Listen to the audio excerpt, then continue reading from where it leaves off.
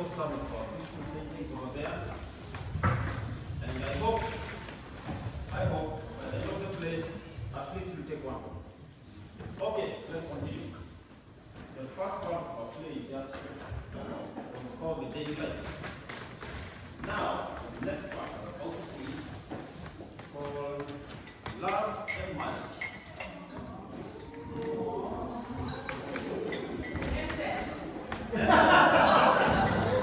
And then there's another part coming up. I think you can guess that also. Yeah? But before we do that, let's find out and see how all these began. This upcoming this lifetime together. I'm actually interested in how things like this begin. Look at it this way. You are 21 years old. You make some decisions in life. You're 70 years. You've been aware for 50 years. And that particular person next to you, you have shared 50,000 years together. How do such things begin?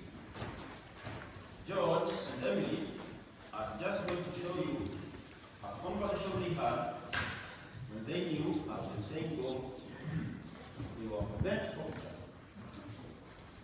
But before they do that, I want you to think, go back in time when you were young. Particularly those days, you are not listening to anybody, you couldn't tell the street you are living in, you are totally in love, you are just a little bit crazy. Right? Okay, so George has been elected president of the junior class. And it's June, that means he's going to be president up to the next school year, that is the senior year.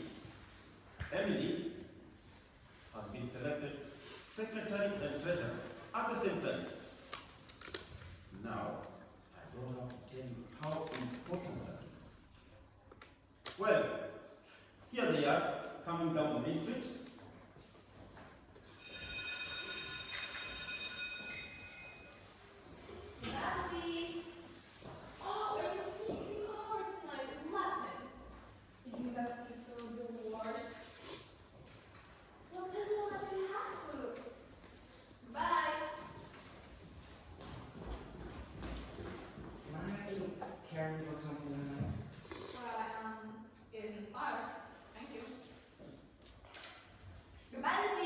Bye, Lizzie.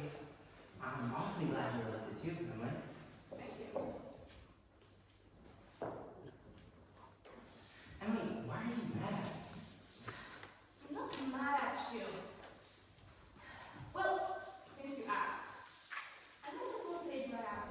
George, goodbye, Miss Bergman. Goodbye, Miss Parker. What is it? I don't like the whole change that's come over me last year. I'm sorry that hurts your feelings, but I've got to tell the truth and shame the devil. Change? What do you mean? Well, we've been friends for so long. And then until a year ago, I used to like you a lot. And I used to watch you as you did everything because... And then you began spending all your time at baseball and you never stopped to speak to anybody anymore. Not even to my phone, you didn't.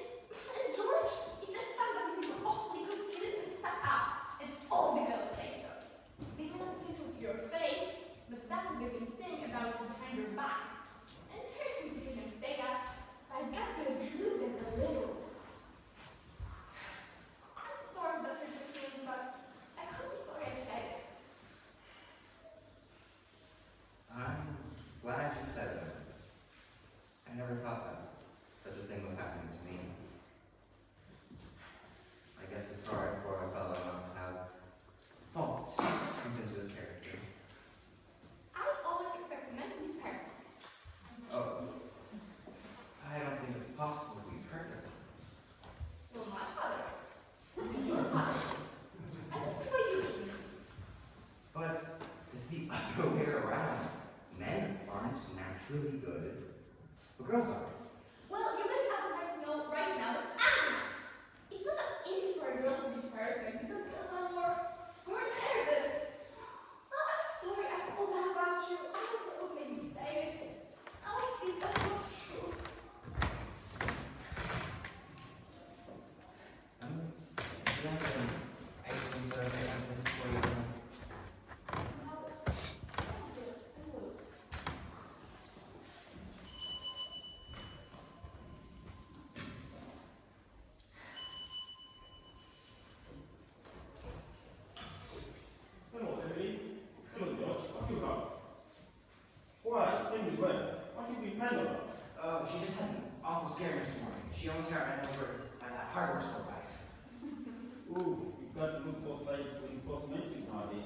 Here, have some water. It will make you feel good. So, what do you have? I'll have a strawberry soda. Thank you, Mr. Morgan. No. Have an ice cream soda. 2 strawberry ice cream sodas this morning. 2 strawberry ice cream sodas. Yes, sir.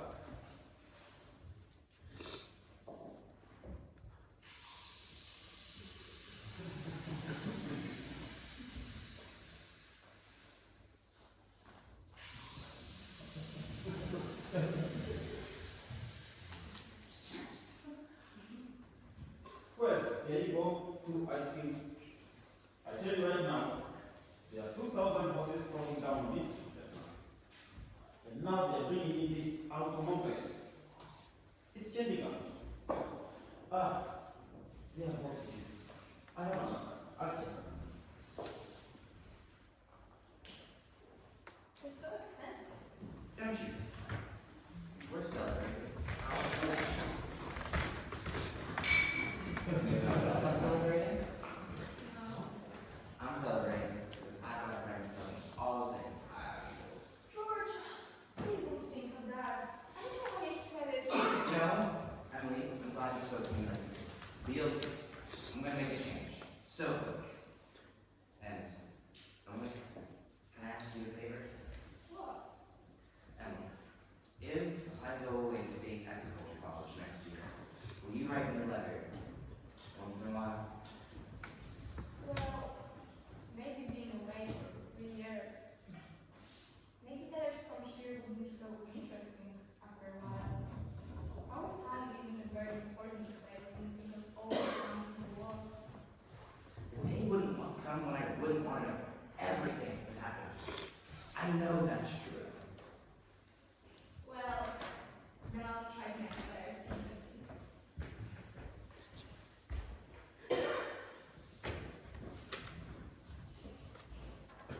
You know, whenever I meet a farmer, I ask him if he thinks it's important to go to agriculture school, to be a good one. Oh, George. Yeah, and sometimes it takes a little time. Besides, you get all those things anyway that come with habits the government has us. And Uncle Luke's getting old. He's about ready for me to take over the farm tomorrow if I could. My. Yeah, and like you said, being in other towns and meeting other people. Gosh, if anything like that were happening, I don't want to go away. I guess new people are better than old. I bet they never are. I mean, I feel that you're as good a friend as ever. I don't need to go and meet people in other towns. George, maybe it's very important for you to go and learn all about cattle judging and soil and things. Emily, I'm gonna make up my mind right now. I won't go until about time. George, I don't see why I'm inside right now. It's a whole year away. Emily, everything you said was right. But there was one thing wrong. And that's what you said for a year. I wasn't noticing you. And you said you were watching me. Well, when I was doing the same about you, I always thought he was one of the cheap people that I thought about. For 3 days now, I've been trying to walk you home. But something always got away. Yesterday, I was sitting, waiting for you. And you got told Mrs. Corcoran. George, how did I have known that? Why, that's awfully funny. Well, I thought. Listen, Emily. I think that once you found a person that you're very fond of, I mean, someone who's fond of you too, and likes you enough to be interested in your parenting, I think that's just as important as college. Even more so. That's what I think. I think it's awfully important too. Emily, Yes, George? if I do improve, make a big change, could you and would you be? I am now. I always have been.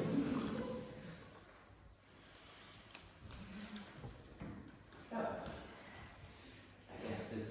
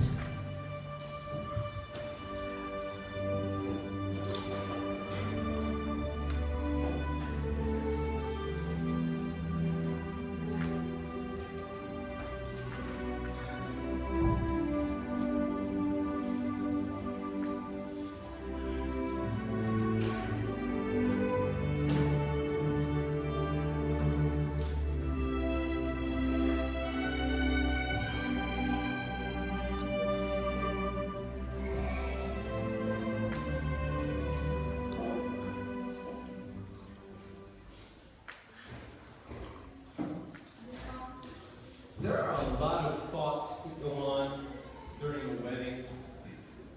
We can't get them all in naturally, and especially not into a wedding in our town, where they're awfully plain and simple. For a while now, the play gets pretty serious. You see, some people say that marriage is a sacrament. Now, I don't quite know what that means, but I can guess. You see, it's like Mrs. Gibbs said a few minutes ago. People are made to go through life 2 by 2. Now, this is a good wedding. But even in a good wedding, there's a lot of confusion way down deep in people's minds. And we thought that should be part of our play as well. The real hero of this scene isn't on stage at all. And you know who that is? It's like one of those European fellas said. Every child born into this world is nature's way of trying to make a perfect human being. Now, nature's been pushing, contriving for some time now. We all know nature's interested in quantity, but I think she's interested in quality as well. And that's why I'm in the ministry. And we must not forget all the other witnesses at this wedding, the ancestors, millions of them. Many of them set out to go through life 2 by 2 as well, millions of them. Well, that's my sermon. It wasn't very long anyway.